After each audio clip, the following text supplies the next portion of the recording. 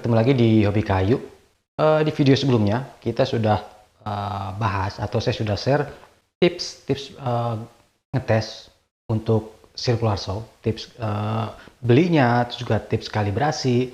Video kali ini kita akan bahas soal benzo. Apa aja yang mesti diperhatikan pada saat kita membeli benzo. Terus bahas sedikit tentang kalibrasi. Kalau untuk benzo mungkin kalibrasinya tidak terlalu rumit. Jadi mungkin di video ini lebih ke ngetes pada saat kita beli apa aja yang perlu dicek atau apa aja yang perlu diperhatikan pada saat kita beli. Dan kalau bisa belinya offline, jadi langsung datang ke tokonya, lihat barangnya, tes kelengkapannya sama tes fisiknya. Yang pertama dites ya tentu mesinnya nyala atau enggak. Terus yang kedua itu cek roda. Nah, ini penting banget.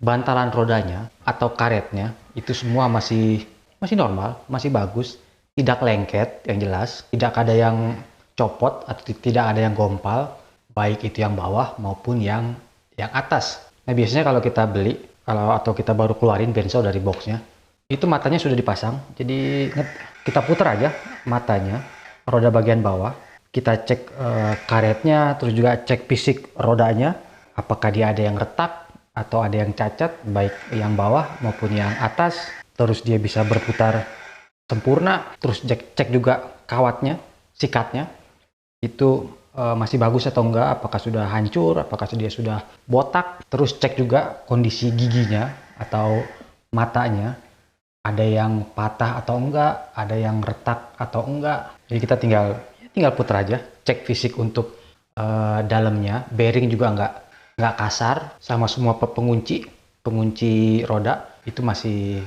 bagus. Terus cek bearing guide. Bearing guide itu bearing yang ada di belakang mata pisau, baik di atas maupun yang di bawah. Nah itu cek dia masih mutar sempurna atau enggak, sudah karatan atau enggak. Terus cek suara pada saat dia berputar, karena kalau dia bunyinya agak kasar, suaranya kasar, kemungkinan ada yang nyangkut. Nah kasar itu kadang suka ada bunyi petok-petok atau ya seperti ada barang yang nyangkut. Oh ya, untuk blade tadi itu karena ini kan blade kan sambungan, pasti ada bekas elasnya. Itu kita cari bekas elasnya. Iya, kita perhatiin sambungannya, dia masih bagus atau enggak, apakah sudah retak atau masih bagus. Terus kita cek itu mejanya itu flat atau enggak. Jadi kita ukur diagonal untuk mejanya. Terus mekanisme kemiringan mejanya, khususnya buat penguncinya. Karena punya saya ini ya yang Wipro, pengunci buat kemiringan itu patah karena dari plastik, dan kalau kelamaan disimpan dia susah dibuka, kalau dipaksakan patah. Selanjutnya cek bodi keseluruhan, apakah ada yang bengkok, apakah ada yang cacat, apakah dia bisa berdiri tegak, nggak goyang-goyang. Terus semua pengunci baik itu pengatur kekencangan mata pisau yang di atas, terus yang di belakang buat ngatur kemiringan roda yang di atas, itu semua bekerja, semua masih normal, nggak ada yang seret. Begitu juga yang buat mengatur ketinggian. Terus yang terakhir itu mesinnya mesti dinyalain. Terus kalau bisa cek pada saat dia nyala. Pada saat dia nyala, apakah ada suara-suara aneh seperti suara yang patah atau suara yang nyangkut. Terus yang penting juga pada saat dinyalakan, itu bodinya atau mejanya itu nggak nyetrum. Karena saya dapat laporan dari beberapa teman-teman, mesinnya itu dia nyetrum. Terus cek juga kelengkapannya. Biasanya kalau untuk benzo dia dapat meter gauge, terus dapat fansnya, sama biasanya dapat pustik buat dorong. Nah untuk fans, cek apakah dia bengkok-bengkok, apakah ada yang cacat, karena ini aluminium dan tipis, jadi kemungkinan bengkok atau lecet pada saat packaging atau pengiriman itu cukup tinggi. Jadi dicek apakah penguncinya bisa mengunci dengan benar, apakah dia sudah dol.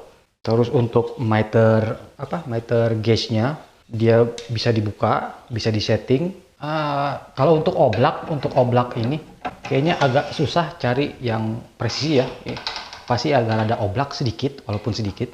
Tapi yang namanya benzo ya, apalagi untuk crosscut, bukan untuk yang benar-benar 100% presisi. Oke, itu untuk tips pada saat beli, apa aja yang mesti diperhatikan, apa aja yang mesti dicek. Sebenarnya kalau untuk benzo itu kuncinya tadi ya, kuncinya pada saat kita beli. Karena untuk kalibrasi sih tidak terlalu sulit untuk benzo, karena benzo bukan mesin yang diperuntukkan untuk benar-benar presisi. Yang perlu disetting pertama atau yang perlu dikalibrasi pertama itu kemiringan roda yang atas. Karena roda atas itu kan dia bisa miring karena ada penguncinya di belakang, ada pengaturnya di belakang. Nah, ini fungsinya buat biar mata pisau ini di tengah. Jadi kalau kita putar, seharusnya mata pisau itu ada di tengah. Jadi kalau misalkan dia terlalu belakang atau terlalu depan, itu kita bisa pakai pengaturan yang ada di belakang. Nah, ini pisau harus benar-benar di tengah, karena kalau nggak di tengah, pada saat dia muter nanti, pada saat mesin dinyalakan, dia akan copot. Kalau misalkan terlalu ke depan, dia akan copot ke depan. Kalau terlalu belakang, dia akan copot ke belakang. Terus mungkin yang perlu di setting juga itu stopper untuk meja.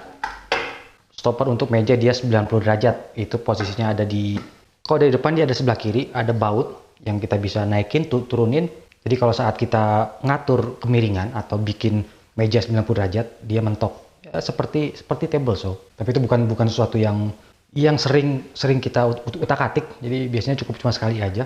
Kalau untuk fans kalau untuk benzo kayaknya nggak terlalu krusial banget kalau untuk kalibrasi, karena kita mau setting lurus pun atau presisi pun mata benzo itu kan belok-belok, jadi kemungkinan untuk akurasi itu sulit. Terus juga kalau untuk benzo kan matanya tipis, matanya tidak panjang seperti table saw. Jadi untuk fans sama miter gauge itu nggak banyak yang mesti diutak-atik atau mesti dikalibrasi. Nah, kalau untuk seberapa kencang sih kita mesti kencengin mata pisaunya, nah itu agak susah juga ya jelasinnya, karena biasanya sih berdasarkan pengalaman atau kebutuhannya dipakai untuk apa. Karena kalau pada saat kita belah atau risau, kita perlu tension blade yang kencang, jadi mesti kita kencengin sedikit. Sedangkan kalau kita mau bikin pola yang belok-belok, itu mesti kita agak kendorin. Dan ini mesti berdasarkan pengalaman. Terus juga mungkin kalau di awal keberanian teman-teman buat ngencengin mata pisau. Karena buat yang belum pernah pakai benzo, termasuk saya dulu, itu agak takut kalau misalkan kita mau ngencengin mata pisau, ya takut putus. Nah, kemarin juga ada yang tanya, mata benzo kalau putus gimana? Mata benzo kalau putus ya cuma bikin kaget. Jadi pada saat mesin nyala terus mata pisaunya putus, mata pisaunya akan diem karena putus. Karena dia putus, terus dia loss dari rodanya. Roda yang bawah akan tetap muter. Roda bawah akan tetap muter, tapi blade-nya dan roda atas itu nggak akan muter. Jadi dia skip. Jadi selama covernya ditutup, selama bodinya ketutup, terus dia mata pisau putus, ya paling cuma kaget. Kayaknya itu aja yang bisa saya share soal tips membeli dan setting atau kalibrasi benzo. Tidak serumit circular saw atau tidak serumit table saw. Yang jelas teman-teman kalau mau beli tadi ya, datang ke tokonya, bawa checklist apa yang mesti dicek. Oke, semoga bisa memberikan informasi buat teman-teman.